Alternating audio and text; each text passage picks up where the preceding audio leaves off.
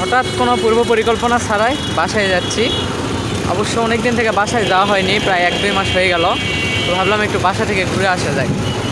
তো বাসা থেকে বের হয়ে তাড়াতাড়ি রওনা দিলাম। বিআরটিসি বাসে যাব, 4:30-এ বাস। আসলাম বিআরটিসি বাসের জন্য। 4:30-এ বাস, এখনও গাড়ি আসে নাই। জয়পুরহাট থেকে আসবে, তারপর এখান থেকে ছাড়বে। অবশেষে বাসে উঠে পড়লাম বগুড়া সাতমাথা থেকে বিআরটিসি বাস।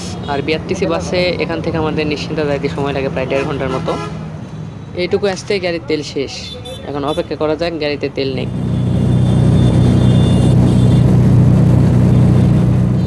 30 মিনিটের মধ্যে চলে আসলাম বগুড়া মাটিডালিতে। আর এইটুকু আসতে একটু সময় বেশি লাগে, কারণ এই রাস্তায় প্রচণ্ড জ্যাম থাকে। অবশেষে বগুড়া এরিয়া পার করে চলে আসলাম আমাদের জয়পুরহাটের মধ্যে। আর আমাদের জয়পুরহাটের মধ্যে আসলে রাস্তার দুই পাশে ফসলের মাঠগুলো দেখলেই চিনতে পারা যায়, মানে নিজের এলাকা যে সেটা দেখে বোঝা যায় রাস্তার দুই পাশে। চলে আসলাম আমাদের সুপরিচিত নিশ্চিন্তা বাজারে। এই যে এখন ভ্যানের জন্য অপেক্ষা করতেছি, এইটুকু গাড়ি পায় কষ্ট।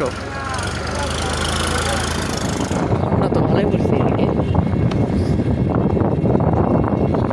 গ্রামের মধ্যে চলে আসলাম, ভ্যানের চড়ে এখানে নামছি। আস্তে আস্তে যে এত রাত হবে বুঝতেই পারিনি, চারিদিকে অন্ধকার। অবশেষে বাড়িতে চলে আসলাম, ভালোই ঠান্ডা পড়ছে এদিকে।